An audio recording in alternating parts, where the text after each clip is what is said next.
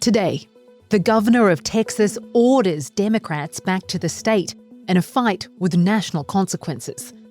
Israel weighs its options after indirect ceasefire talks collapse. Switzerland tries to land a trade deal under the weight of huge tariffs.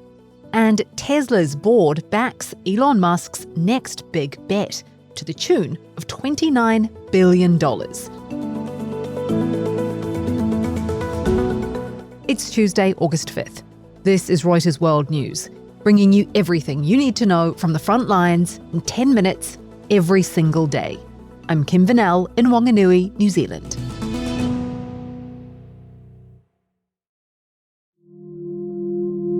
Texas Governor Greg Abbott is ordering the arrest of Democratic lawmakers who fled the state. They left to stop a Republican-led redistricting vote from going ahead. It's not just Texas. It really is the United States of America, because if they succeed in Texas, they will take this to other states.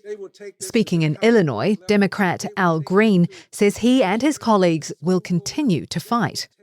It's an unparalleled situation which could have huge implications for the whole country. Joey Axe is in Washington, D.C.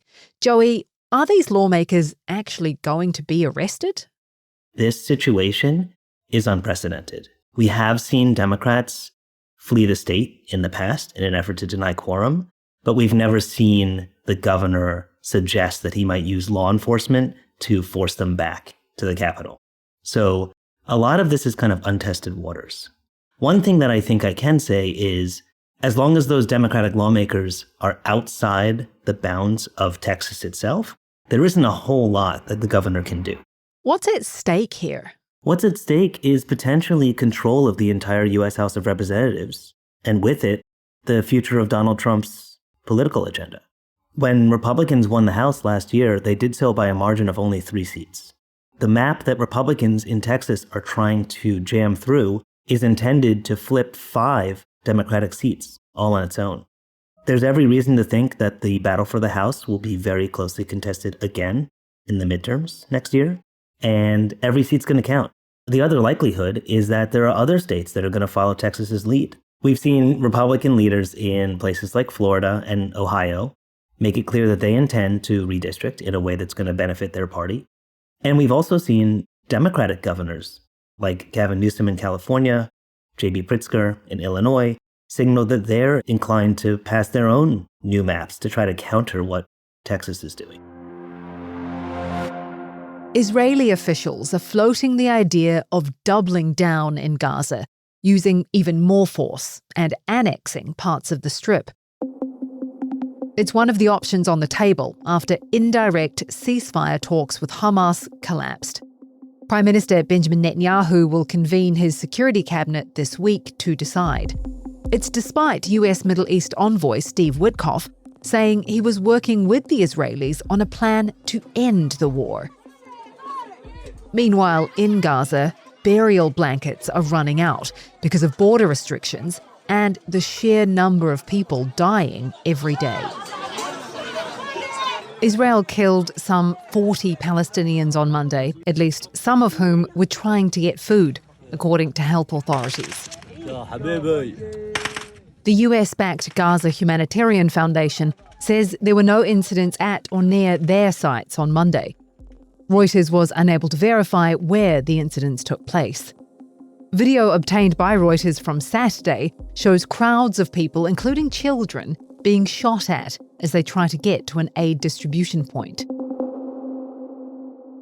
The US could make some tourists and business visitors pay a bond of up to $15,000 to enter the country.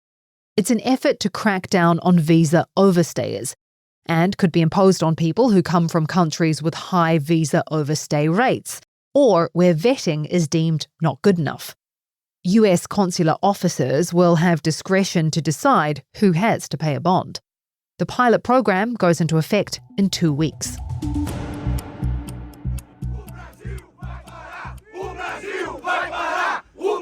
Supporters of Brazilian former president Jair Bolsonaro gather outside his house after a judge ordered his house arrest.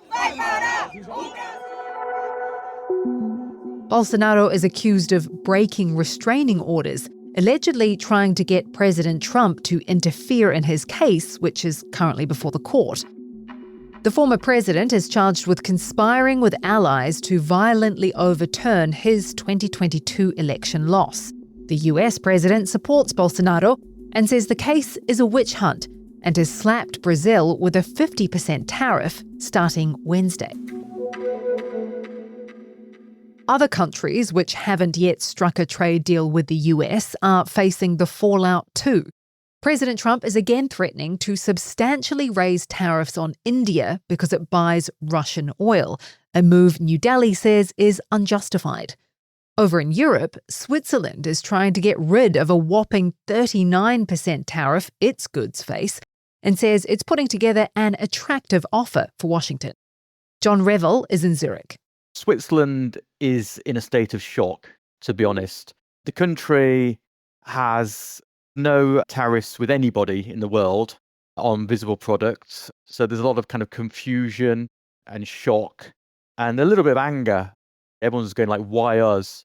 Why have we got such a big tariff when the EU got 15%? What can Switzerland offer to try and sway the US? Well, it's quite limited because Switzerland is only a small country of 9 million people. So we don't buy US products, or the tariff on US products is not going to make much of a difference to the US. What the Swiss government has been doing is they've been emphasizing how much Swiss companies invest in the US. I mean, I think Switzerland's the sixth biggest investor in the US. Like, there's a lot of big companies like Roche and Novartis from the drugs world. There's also Nestle from the food world. And they are investing a lot of money in factories and research and development facilities in the US. Basically, they've got to try and win American goodwill rather than threaten the US back. How are Swiss companies going to handle this? There's a lot of big brands you mentioned. Will they pass on costs to American consumers? It's a bit of a mixed bag, really. Some of the companies will increase prices further if they can. So if it's like a particularly important machine tool or the particularly expensive and desired watches, they can increase their prices because for Patek Philippe's and Rolexes, there's a waiting list anyway. But the cheaper Swiss watches, kind of like your Tissot's or your Longines, which are cost like 500 to 1,000, that's going to hurt. Nestle produces most of its food in the US for the US, apart from Nespresso, which gets made in Switzerland. So Nespresso could become more expensive.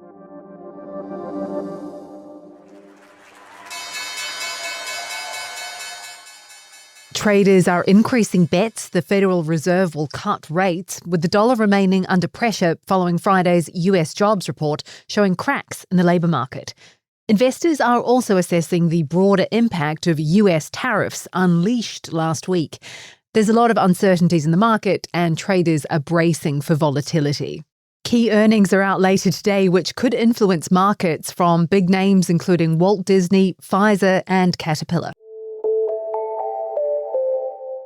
Sean Diddy Combs will remain in jail while he awaits sentencing in October. Combs was found guilty on one charge of transportation to engage in prostitution, but not guilty on 3 more serious counts of sex trafficking and racketeering conspiracy.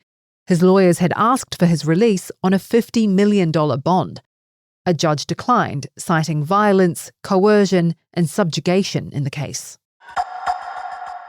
Tesla has granted CEO Elon Musk stock, which equates to a pay package worth about $29 billion.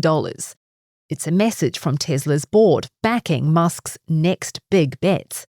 US Autos editor Mike Colias is in Ann Arbor, Michigan. Right now, I would say in Tesla's case, they're facing probably more challenges than any time that I can think of. EV sales in general are falling, at least in the US. Tesla's sales are falling. Its profitability has been pinched.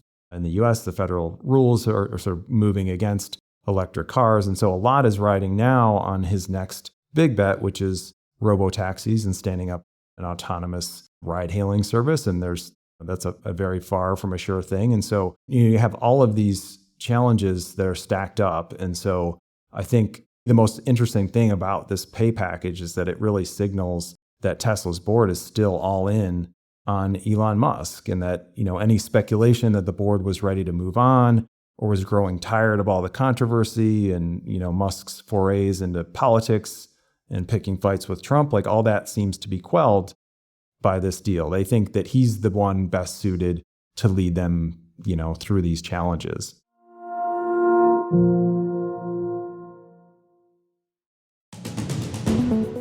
And for today's recommended read, the third country deportation arrangement between the US and Rwanda, in which up to 250 illegal immigrants will be sent to the Central African country.